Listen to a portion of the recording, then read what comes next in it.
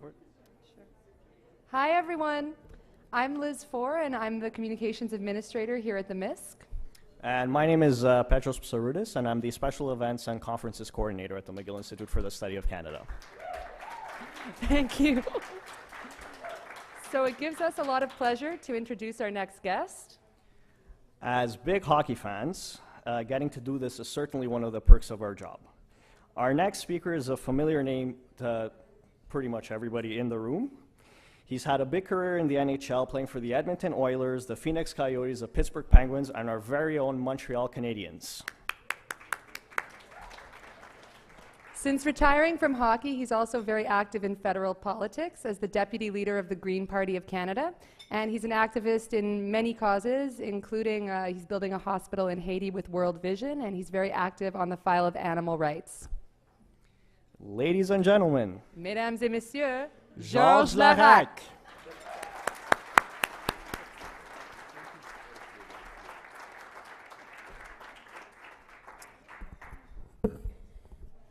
Hi, everybody. Thanks for coming, and thanks for the invite. It's so nice to be here and be sharing my story with you guys. And I've always loved to those conferences and talk to a lot of people about cultural and about playing hockey in Canada and about the road that I had to take to be in the NHL. Because in my life it wasn't an easy road. Because as you know, my parents were born in Haiti, and still today I still feel fortunate that I'm alive because of the earthquake that you guys all know that happened.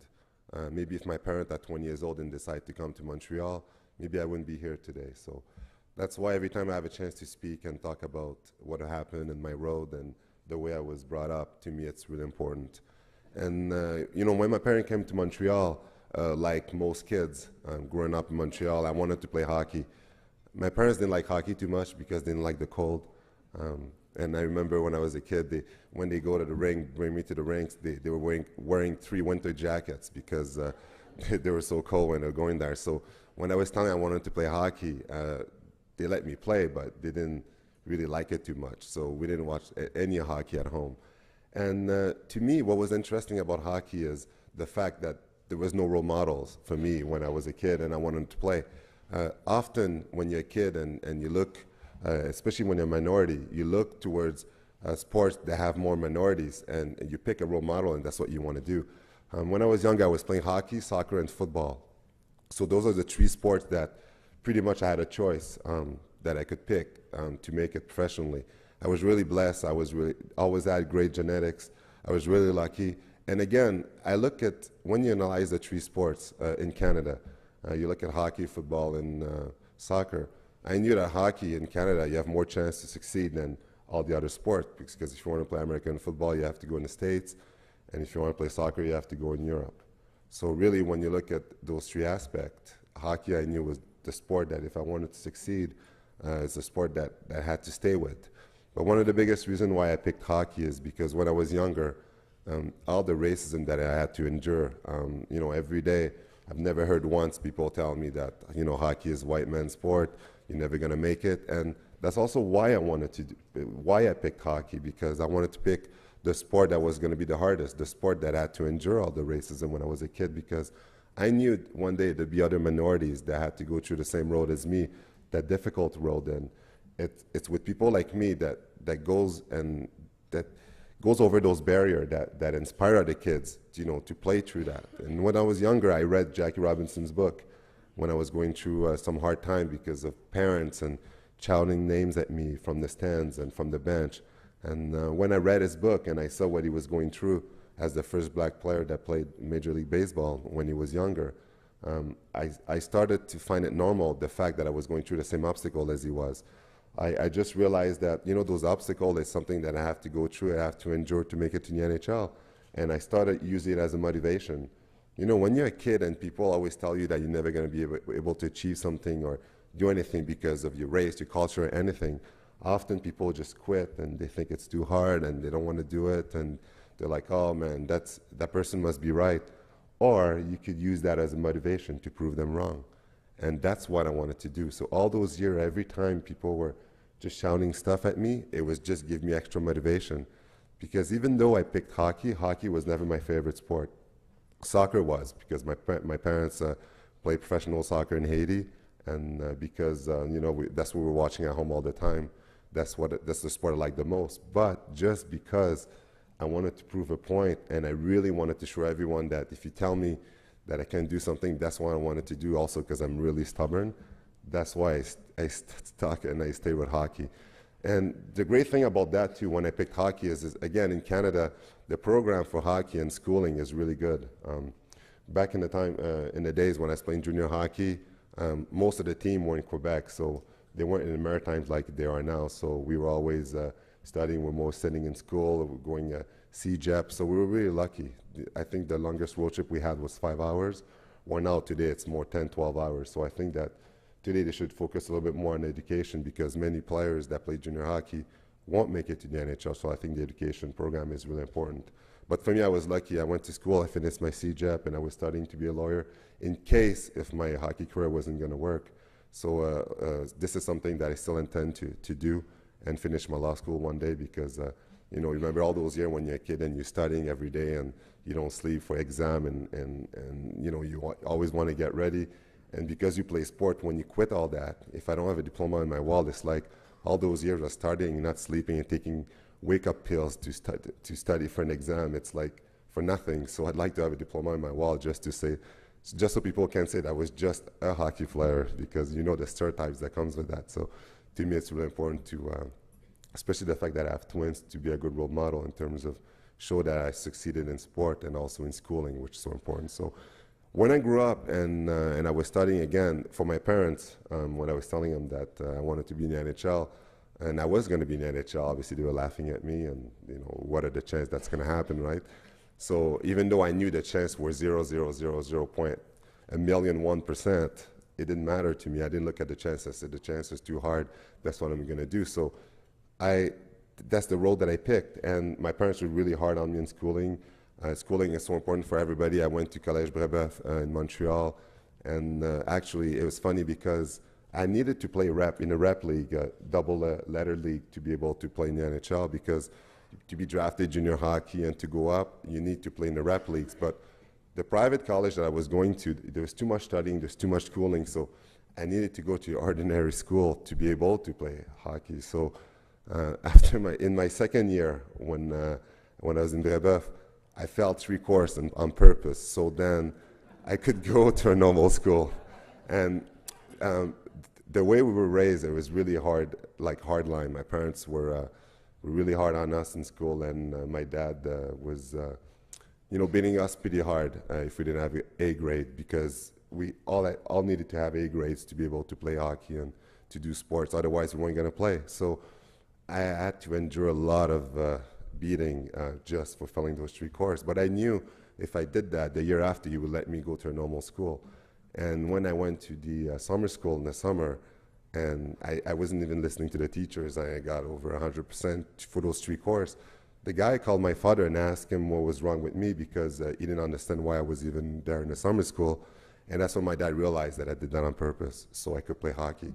So it just showed you, when you have a mission and you really want to do something, you'll do whatever it takes to make it.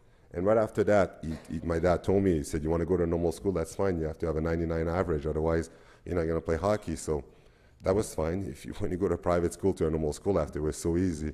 You didn't have to study. So I had lots of fun. I didn't have to study much. I just played hockey. And then right away, the next year, I got drafted junior hockey, and then things went pretty fast and made it to the NHL. And the funny part about that is because my entire family schooling is so important. When I did that, I was pretty much the only one that was not going to a private school. So they all thought I was a bum because I wanted to play hockey instead. But when I got drafted to the NHL, and I made it to the NHL, now they all wanted to be my friends, which was pretty awesome. And I was giving them hockey tickets after they thought that I was a bum because I took that road. But again, to me, it didn't matter. I had this mission, and I needed to do it, and I felt so fortunate. So in '95, when I was drafted by the Oilers in the second round, it was obviously the start of a dream, because even though you're drafted, there's nothing that is guaranteed that you're going to make it to the NHL. But the fact that I was in the second round and only had to play 2 years in minors, to me was something that was just amazing. Playing 8 years in Edmonton, playing in Phoenix and Pittsburgh and finishing up in Montreal, playing 13 years in the NHL. To me, I felt really blessed. The only one thing, though, that I have to say about my career is, which to a lot of people is always surprising, is that I didn't like the fighting, which is what I did for a living when I played hockey. I have over 130 fights in 13 years, so it was never something that I was really proud of, you know, because in a way, you know, when you fight in hockey, you kind of promote violence, and when you look at kids that they play hockey and Pee-wee at them, they all do the same. They fight. They do what we were doing. So to me, it was that what I needed to do to be there, but it was never inside of me. I never fought angry. I was never upset. I always talked to the guy before and wish him good luck and ask him after if it was okay. In the beginning, people thought I was crazy because, like, is that guy nuts? Because, you know, how could you tell somebody good luck and ask him if he's okay after? But after the years, people got to realize that, you know, I was just a human being, and I just really didn't want to hurt anyone, because you have to realize that those people, they have families, they have kids, and they have a life. There's a life after hockey. And, you know, as much as the fans, you look at fighting on TV and you realize you love that and you like the violence. You know, if you kill someone, you're the one that has to live with that. And that's why it's so important to realize that the human being, and not to never, ever think that it's easy and it's a fun thing to do, because I've talked to many fighters over the years, and I don't know any of them that likes to do so, you know. I would love to have the hands like Jagger and score 50 goals a year without having to break a sweat and make 3-4 times what I was making. But, you know, I needed to use my hand in a different way, and my hands were concrete with the puck, so I had to fight with them. So that's why I did that, and I still feel fortunate, because still 13 years and playing and having over 153 points and a hat trick and a lot of stuff that I took pride of, because obviously for a tough guy, having a hat trick usually is only what you could have in dreams, and having actually a real one in Edmonton, the first team that I played for, was something I'll never forget. But, you know, I still feel fortunate that I was there. And, you know, I just hope that nobody ever gets hurt in fighting in hockey, because I know it's dangerous. And I know that there's lots of debate in the fact that whether they should be fighting or not. And to me, because that's what I did for a living, I would never spit on what put bread on the table for me, so I would always defend it. And if they take it out one day, it won't be because of me. So that, to me, is always something that I really want to emphasize, because, you know, people have to understand that what you do on the ice, the job that you do, doesn't often define you as a human being.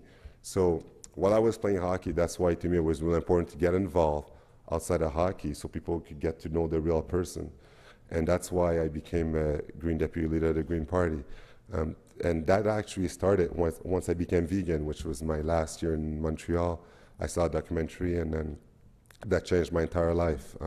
I was the biggest meat eater in the world before. I was eating 3 or 4 meals, meals a day with big steaks and stuff. And when I saw the documentary, I stopped.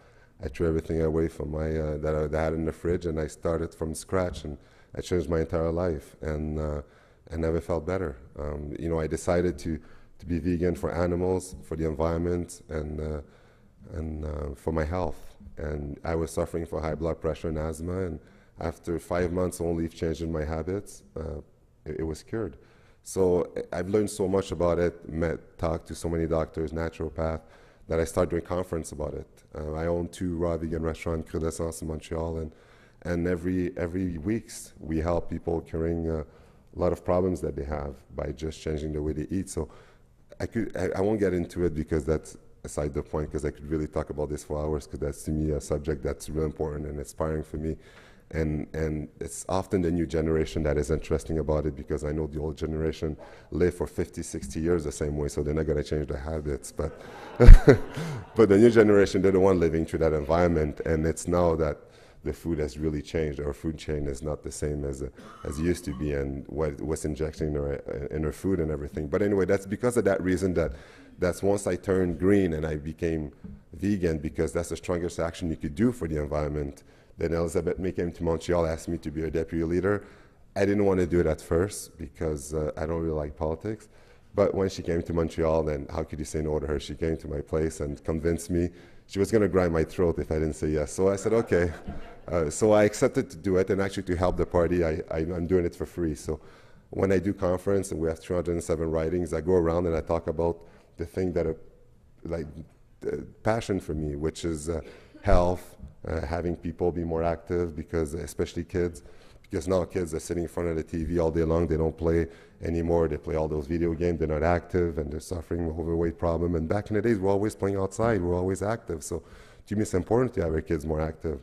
Maybe back in my days, we had an Atari. That's why we didn't want to play video games. An Atari with one button, and that's it. So it was boring. So you rather play outside and play video games. So it's different. But to me, it's so important to encourage that, to encourage food, animal rights, and encourage people to be more green. Because even though we talk about the Green Party, and even though we only have one seat, you know, if I could inspire more people to be green, whether you vote Conservative, whatever you want to vote, then we're all winners. You know, if all Canadians could do a little measure to be green and inspire the kids to be, well, we're gonna be benefits from that.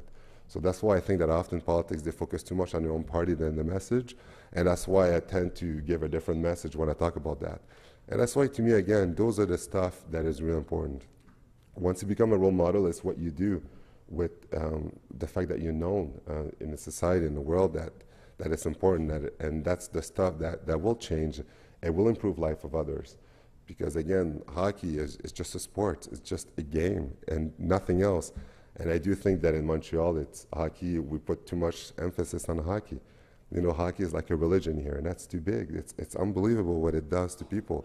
It changed people's mood when you watch hockey here. If your team are losing, people are upset. They go to work, they're upset, they can't work. Like, there's things more important than hockey in life. You know, the coverage that we give to hockey is so big that if we just took a small percentage of it and we gave it to some charities, we would save lives. You know, lives, we save kids. But every day the paper, why we have to listen to hockey 24/7 on the radio? Why, when there was the lockout, we're listening to the TV every day, listening about there's going to be hockey, there's not going to be hockey, there's going to be hockey. It was unbelievable. It was like a soap opera, and people were listening to it. They're like, yes, it's back. Oh, no, it's not. It was unbelievable. So I was just glad there was nothing, because while there wasn't any hockey, people didn't have to complain. So we were all winners. And now that it's back, now every time you turn on the radio, you hear people not happy about this, about that, about this. But it's just that when I talk about that, I just have to tell people to relax and to realize that the thing's more important, and to enjoy their life, and to do things that matters, and to help out people with charities, and to help out people that are around us, because there's things so much more important. And that's why, to me, as an athlete, it's so important to talk about that stuff, because I do realize that I was fortunate the life that I was, and that's also why I try to give back as much as I can, like the hospital in Haiti. Again, I've talked about it before, the fact that my parents were born in Haiti. To me, it was so important to be active. So that's also one of the reasons why right now I can't run for the Green Party, because it would become a conflict of interest with my association with World Vision, the NHL, and the NHLPA for the hospital that we're rebuilding in Haiti. So I've been there 5 times since the earthquake, and to me, it's so important that I finish this project before I do anything else, because that's where I'm from, and I feel so fortunate again that I'm just here today to talk about, anything, and that I'm healthy. Because the one thing that I've learned, and when I go to Haiti, and that's maybe why I've always been really so giving. I do lots of stuff in the community, and I give back as much as I can. I do a lot of hospital visits and a lot of schools visit. I've been there twice when I was a kid, and I saw people dying from starvation, like kids that are really, really sick. But the one thing that I realized really quick when I was going to Haiti, and compared to living in Canada, is that even though here in Canada, like we're more fortunate, we're richer, we don't want to work, we have welfare, we take everything for granted, and even people that live on the street here. In other countries, people that live on the street here eats better than some other countries, that some people that have money. It's unbelievable how fortunate we are here. But when I go to Haiti and I see people that are starving and they have real reason to complain, I see people dancing, singing, finding ways to live. And that's unbelievable. That's passion. That's people that are rich in heart and emotion. And you can't teach that. And here, we complain about the traffic, our hockey team, music. There's nothing that is right here in Canada. And when you see that, and you see other countries where people have real reason, and you see the way they're reacting, it's so inspiring to see that to me, it changed my life. It makes me realize that criticism is nothing, because you know what? I'm gonna cry or be sad because people criticize me, because in hockey I didn't do this, or because in my life I didn't do that.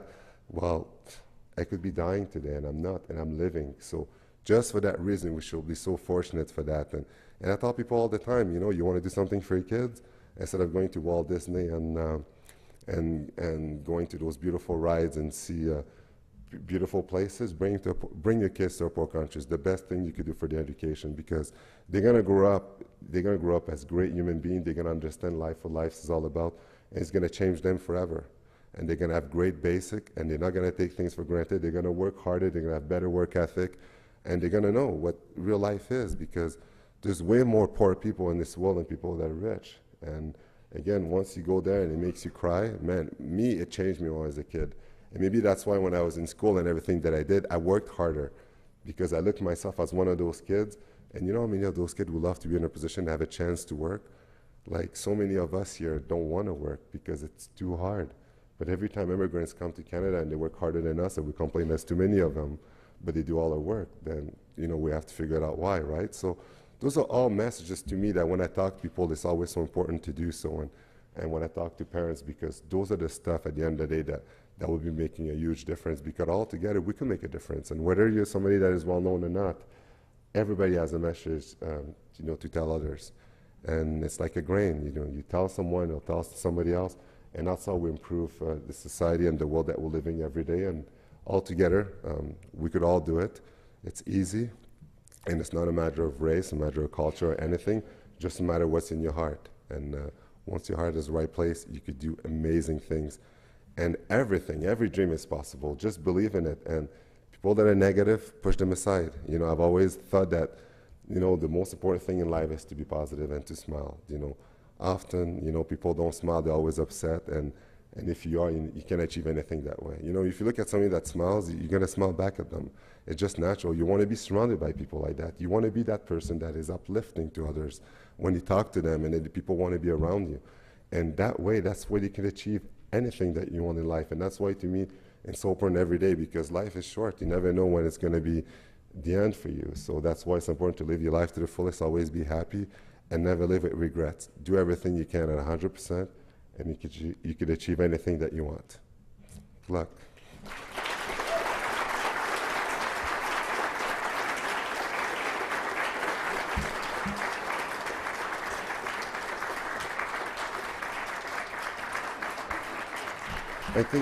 I think we have a 5 minutes for questions.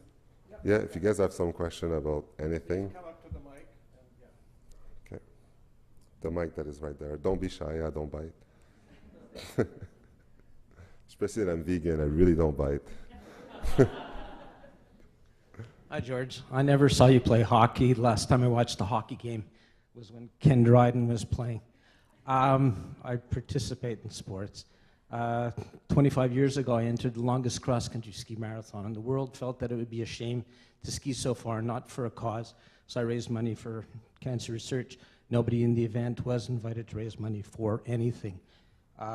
Since then, I've spent the last 25 years inviting people to raise money in existing, essentially non-fundraising athletic events throughout the world.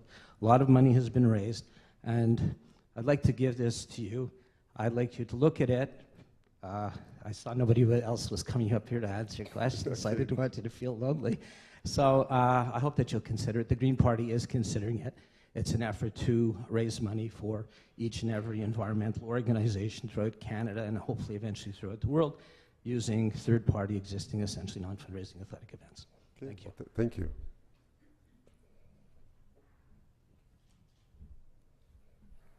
Yes? Hi. Well, you have a lot of variety in your work and what you've done and all that. So I was wondering, with your business personality, what are some of the steps you've had to take in order to adapt it to all the different stuff that you've done? Well, the thing is once I became vegan, that's when a lot of things changed around me, and people that own vegan restaurants started approaching me, and people in the health business really thought that I could be a great role model for them. So I was really picky about what I decided to join, like as Credescent is a raw vegan restaurant, and I have a juicer in the market, and I'm part of their couple companies like agriculture company that is indoor and stuff like this, which is all regarding health. So all I do is now I just pick stuff that is good for health and nothing to do with stuff that is unhealthy for people. And then once you stick with that all the time, I just think that it's a brand that I started to be around, so people know that if I endorse something, it has to be something that is healthy. And often athletes, when you endorse stuff, you endorse, I'm not going to say the name, but you endorse some restaurant chains that are cancer food or stuff that you drink that are cancer stuff too. And I just think it's so important because once you're a role model and kids are following your step, it's so important to endorse the right stuff, because if they choose your path or you're an inspiration for them, it's really important to pick the right stuff that you want to do. Thank you. Welcome.